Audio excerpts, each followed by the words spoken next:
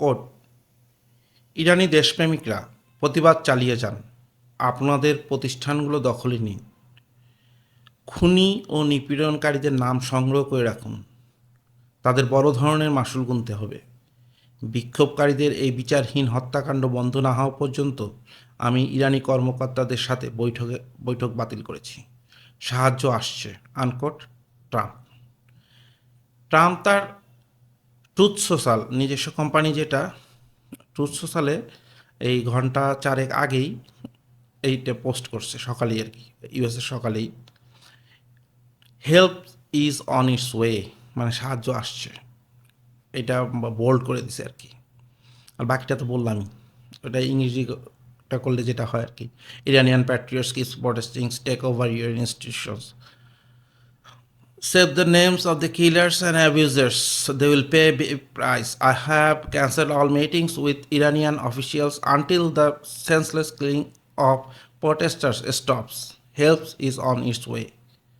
মানে যুদ্ধ লাগতে যাচ্ছে, মধ্যপ্রাচ্যে যুদ্ধ লাগতে যাচ্ছে, এবং এবারের যুদ্ধটা তো বড় আকার নেবে, অনেক বড় আকার নেবে, বিশাল আকার নেবে। কারণ এটা শিয়া সম্প্রদায়, মুসলিমদের যে শিয়া সম্প্রদায়, তাদের লাস্ট স্টেক হোল্ডার কিন্তু ইরান।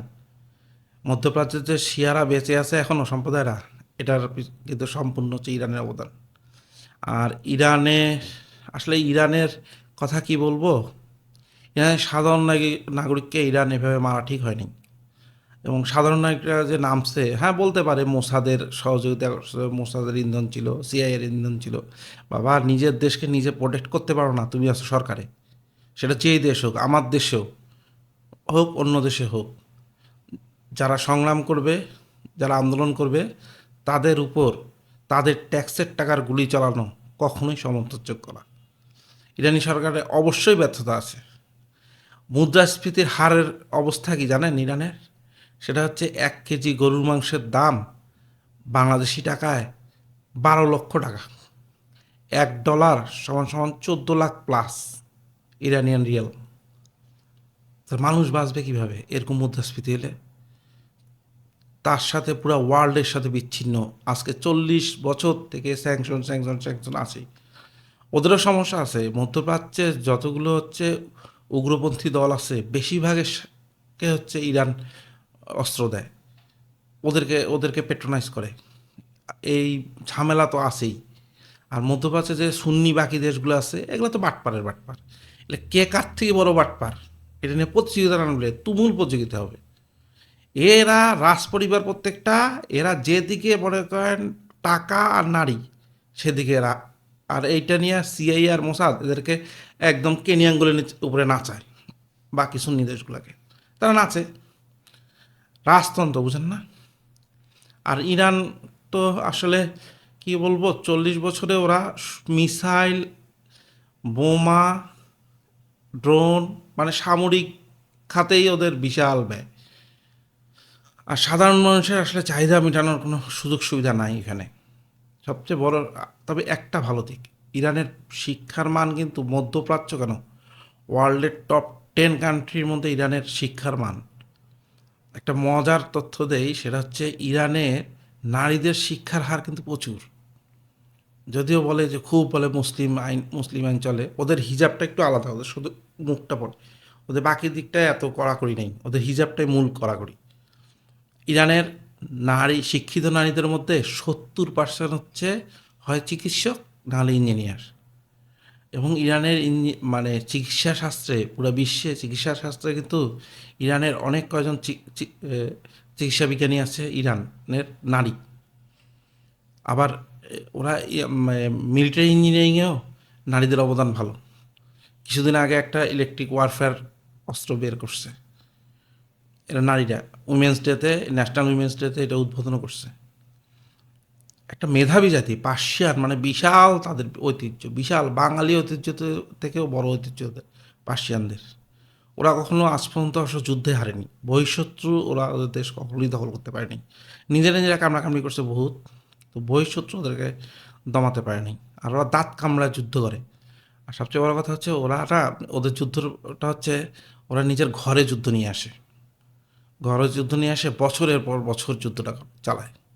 অতএব এবারকার যুদ্ধটা কিন্তু গত বছর যেটা ইসরায়েল আর ইরানের সংঘাত হয়েছে, এটা যুদ্ধ হয়নি, ওটা যেমন 12 দিনে শেষ হয়ে গেছে, তবে এবারের যুদ্ধটা মনে হয় বছরকে বছর টানবে এবং পুরো বিশ্ব সাফার করবে, কারণ তেলের মানে সোর্সিং ওয়ার্ল্ড ওয়াইড ক্রাইসিস তৈরি করবে। আমাদের মতন তৃতীয় বিশ্বের দেশ, বাংলাদেশ, ইন্ডিয়া, পাকিস্তান বা নেপাল, ভুটান বা ওদিকে আফ্রিকার দেশগুলো, এদের সাধারণ মানুষগুলো তেলের দাম পোষাইতে গেলে খুব খুব খুব মানে খুবই কঠিন অবস্থা পড়বে। জিনিসপত্রের দাম বেড়ে যাবে পুরো ওয়ার্ল্ড ওয়াইড। এমনিতেই নীরব মন্দা চলতেছে আজকে 1 বছর থেকে পুরো ওয়ার্ল্ডে, কোনো ইনভেস্টমেন্ট নাই, সব দেশে ইনভেস্টমেন্ট ডাউন, বিজনেস ডাউন, একমাত্র চায়না বাদে। চায়না শুধু হচ্ছে অবাক করে দিচ্ছে এই বছর, 1 ট্রিলিয়ন হচ্ছে ওদের সারপ্লাস এক্সপোর্ট ইম্পোর্টে, ডেট $1 ট্রিলিয়ন। বাকি সব দেশ লসে। আর ট্রাম্প তো কুত্তা পাগল হয়ে গেছে, $38 ট্রিলিয়ন ঋণে পড়ছে আমেরিকা, ভেনেজুয়েলার প্রেসিডেন্টকে তো তুলে নিয়ে আসলো। সব কিছু মিলায় 2026 কিন্তু শুরুতেই চমক দেখাচ্ছে, এবং 2026 পুরো মানব সভ্যতা হচ্ছে শুলের উপর দিয়ে হাঁটবে। কখন এইটা যে তৃতীয় বিশ্বের দিকে চলে যায়, তৃতীয় বিশ্বযুদ্ধের দিকে, তার কোনো গ্যারান্টি নেই। যুদ্ধ আসলে সবাই আমরা এড়ায় চলতে মুখে বলি, কিন্তু মানব সভ্যতার যুদ্ধ হচ্ছে অনিবার্য, যুদ্ধ হবেই। যুদ্ধের একটা সাইকেল থাকে, একদিন আমি একটা ভিডিও করব যে যুদ্ধেরও একটা সাইকেল আছে, লাইফ সাইকেল, এই এত বছর পর পর এই অঞ্চলে এই এই যুদ্ধ হয়। তা কি আর করার, ইরান সরকারের ব্যর্থতা আছে, অবশ্যই অন্যায় আছে। সাধারণ মানুষের শৈলে তুমি সাধারণ মানুষের ট্যাক্সের টাকায় গুলি করবা, এটা কোনোভাবেই অ্যাকসেপ্টেবল না। আর এই সুযোগগুলোই পশ্চিমারা নেয়, এই সুযোগগুলোই পশ্চিমারা নেয়। যে কয়েকটা দেশে এই ঝামেলাগুলো হয়, প্রত্যেকটাতে কিন্তু ল্যাকিং থাকে নিজ সরকারের। আর এই যে ছিদ্রটা হয়, এই ছিদ্র দিয়েই তারা আসে। দায় শুধু পশ্চিমাদের ঘাড়ে তুলে দিলে হবে না, নিজের দেশের সরকারের দিকেও তাকাইতে হবে। চোর, বাটপার, দুর্নীতি, লুটতারাজ চালাবে, নিজেরা স্বজনপ্রীতি করবে, মহাসুখে থাকবে, আন্দোলনে মানুষ নামলে গুলি চালাবে, এটা তো অ্যাকসেপ্টেবল না। খামিনিকে মনে হয় পে করতে হবে। আর দেখা যাক কত মানুষ মরে।